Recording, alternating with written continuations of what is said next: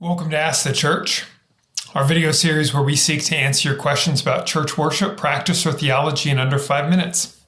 Today's question is, can you explain the daily office and perhaps give a few tips for using it? For those of you who are unfamiliar with the term, the daily office is a term that refers to the daily prayer services in the Anglican tradition, so like morning and evening prayer.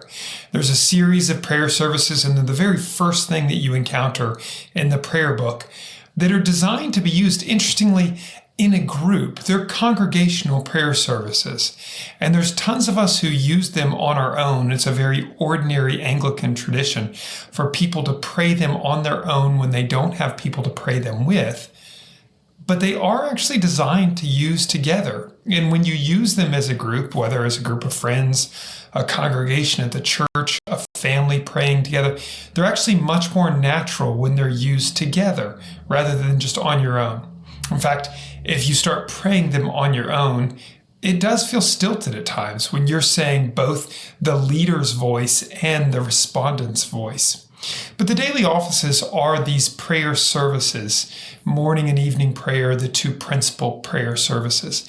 And the basic structure of these prayer services, where you begin with a confession of sin, and then you move into a psalm, and then two different readings, one from the Old Testament and one from the New, and then you recite the Apostles' Creed, and then there's a series of prayers.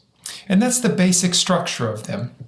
The readings themselves can be found in the back of the order of service. There's a series of tables starting on page 738, and they're actually set aside by the month and the day of the month, and they give you an Old Testament reading, a New Testament reading, and a psalm. And these readings are to be incorporated into these series of prayers.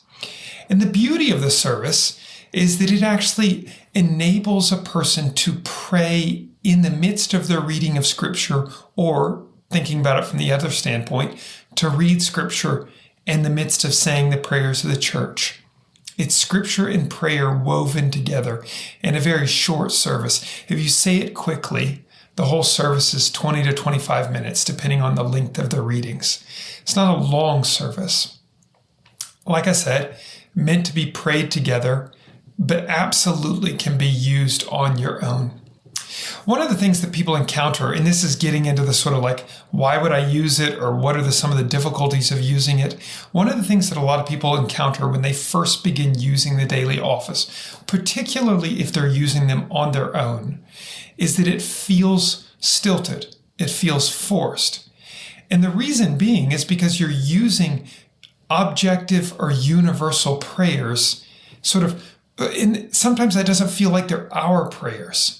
So you're reading prayers that are written down on a page, and you're praying the prayers that are sort of like the prayers we would say if we're all together, and yet you're by yourself, and it doesn't feel natural. And that very not feeling natural actually highlights something important about the daily office. It highlights one of the reasons why it's actually good to say. Saying the daily office is important because when we actually pray these prayers, we're actually praying the universal prayers of the church. We're praying with all the other people who are also praying those prayers. Even if we're not with them in a room, we're praying them together with all those who are saying that very same set of prayers that morning around the globe. And that praying them together is exactly why they feel like they're not quite mine. It highlights something that's an important part of Anglican spirituality. There's a difference between private, personal prayer and corporate, universal, objective prayer. When we gather with a group of people to pray, we're not actually praying the individual prayers of any one of our hearts.